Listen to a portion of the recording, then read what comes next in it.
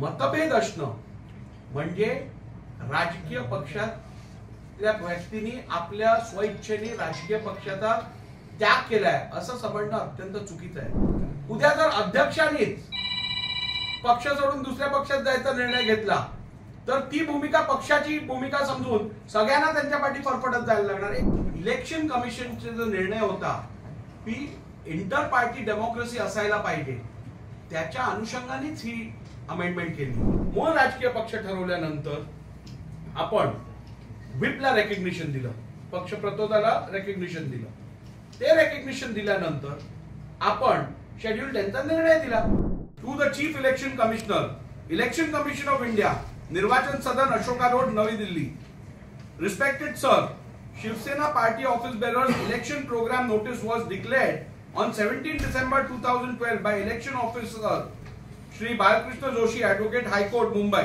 Application stroke nomination forms were invited for the post of Shiv Sena Paksha Pramukh, National Executive, Shiv Sena leaders and deputy leaders. The last date of receiving the nomination was up to 3 p.m. on 12 January 2013. There was one nomination form received for the post of Shiv Sena Paksha Pramukh. 9 forms were received for the post of Shiv Sena leaders and total 21 forms were received for the post of deputy leaders. All these forms were scrutinized on the 15 Jan 2013 as stipulated in election notice and were found to be in order and declared valid by the election officer. Election to the above post were held on 23rd January 2013 at Shiv Sena Bhavan, Dadar, Mumbai, as per the program declared with a election notice. All the candidates were declared elected unopposed as the number of forms that were received equaled the number of posts. The election results were declared by the election officer in the presence of the representative member. Elections were held in free and fair atmosphere as per the democratic principles and guidelines set up by Election Commission of India. We submit herewith the election results declared by the election officer. After the election procedure was completed, Shiv Sena Paksha Pramukh Shri Uddhavji Thackeray co-opted 6 deputy leaders and his absolute discretionary powers conferred upon him as per the Shiv Sena Constitution Article 9A. The list of 6 co-opted deputy leaders is also attached herewith for your record. Also, please find copies attached of the election procedure and results declared by election officer Shri Balakrishna Joshi, Advocate, High Court, Mumbai. ते मत पक्षविरोधी आहे असं समजून त्याला परत disqualification, अपात्रतेची कारवाई त्याच्यावर चालू करणं, त्यामुळे अशी भूमिका घेणं हे संसदीय लोकशाहीसाठी अत्यंत अयोग्य असं मी माझ्या ऑब्झर्वेशन मध्ये क्लिअरली म्हटलं।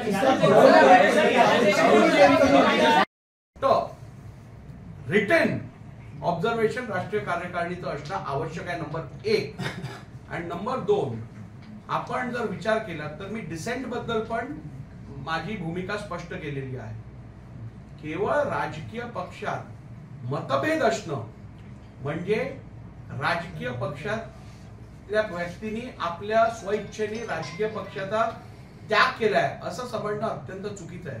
कारण डिसेंट हे डेमोक्रेसी मधलं कार्डिनल प्रिन्सिपल आहे। डिसेंट म्हणजे मतभेद असणं हे प्रत्येक लोकशाहीत अभिप्रेत असणारी ही भूमिका आहे। आणि जर का आपण असं ग्राह्य धरलं की अध्यक्षांची भूमिका म्हणजेच संपूर्ण पक्षाची भूमिका, उद्या जर अध्यक्षांनीच पक्ष सोडून दुसऱ्या पक्षात जायचा निर्णय घेतला तर ती भूमिका पक्षाची भूमिका समजून सगळ्यांना त्यांच्या पाठी फरफटत जायला लागणार आहे।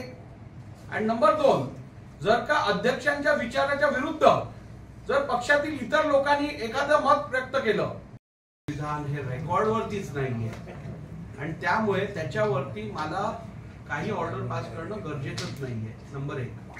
नंबर 2, 1999 मध्ये पण ज्या वेळेला आदरणीय कैलासवासी हिंदू हृदय सम्राट बाळासाहेब ठाकरेंनी ज्या वेळेला या कॉन्स्टिट्यूशन मध्ये अमेंडमेंट केली, ती इलेक्शन कमिशनचा जो निर्णय होता की इंटर पार्टी डेमोक्रेसी असायला पाहिजे त्याच्या अनुषंगानेच ही अमेंडमेंट केली।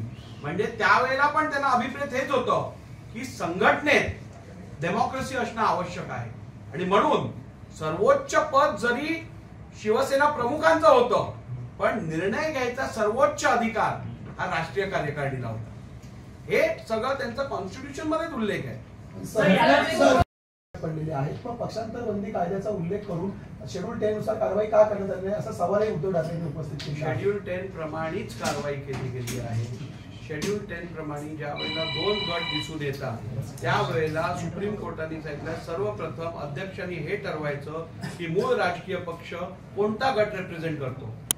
ते ठरवण्यासाठी सुप्रीम कोर्टनी ट्रिपल टेस्ट दिली. त्या ट्रिपल टेस्टच्या आधारावरती आपण ठरवलं की मूळ राजकीय पक्ष कोणता आहे. मूळ राजकीय पक्ष ठरवल्यानंतर आपण व्हिपला रेकग्निशन दिलं, पक्ष प्रतोदाला रेकग्निशन दिलं. ते रेकग्निशन दिल्यानंतर आपण शेड्यूल 10चा निर्णय दिला. याचिका ज्या डिसमिस करायच्या होत्या त्या डिसमिस केल्या. त्यात रिझनिंग दिलेलं आहे. आता 10 जानेवारी 2024 पासून 16 जानेवारी 2024 पर्यंत किमान 10 ते 12 वेळा मी या सगळ्याचं स्पष्टीकरण दिलेलं आहे. आता मी मगाशी तुम्हाला सांगितलं झोपल्याचं सोंग केलेल्याला कसं उठवणार आहे का. शिंदेंनी केलेली निवड जी आहे, शिंदेची केलेली निवड जी आहे त्या संदर्भात आम्ही ट्रिपल टेस्ट अप्लाय केली. या ट्रिपल टेस्ट मध्ये पहिली बघायला सांगितलेलं कॉन्स्टिट्यूशन मध्ये काय, कॉन्स्टिट्यूशन सायलेंट होतं. आम्हाला बघायला सांगितलं ऑर्गनायझेशनल स्ट्रक्चर, राष्ट्रीय कार्यकारिणी संदर्भात कोणाकडे मेजॉरिटी आहे, त्यातले किती सदस्य कोणाकडे आहे हे बघा. ते बघत असताना ते स्ट्रक्चर कॉन्स्टिट्यूशन प्रमाणे झालेलं आहे का हे बघायला सांगितलेलं. ते स्ट्रक्चर कॉन्स्टिट्यूशन प्रमाणे नव्हतं म्हणून ते ग्राह्य धरता येत नव्हतं. आणि मग आम्हाला तिसरा क्रायटेरिया दिलेला तो होता लेजिस्लेटिव्ह मेजॉरिटीचा. तो क्रायटेरिया पण अप्लाय केला गेला आणि तिन्ही क्रायटेरियाला समअप करून मग हा निर्णय घेतला गेला की पॉलिटिकल पार्टी कोणाची. मग तुम्ही दुसरा भारताच्या संविधानाचं इंटरप्रिटेशन असेल. एक मुद्दा असा आहे तुम्हाला म्हणजे अनकॉन्स्टिट्युशनल भाष्य करणं, अनपार्लिमेंटरी बोलणं आणि धमक्या देणं हे संविधानातल्या त्यांच्या दृष्टीने तरतुदी असतील.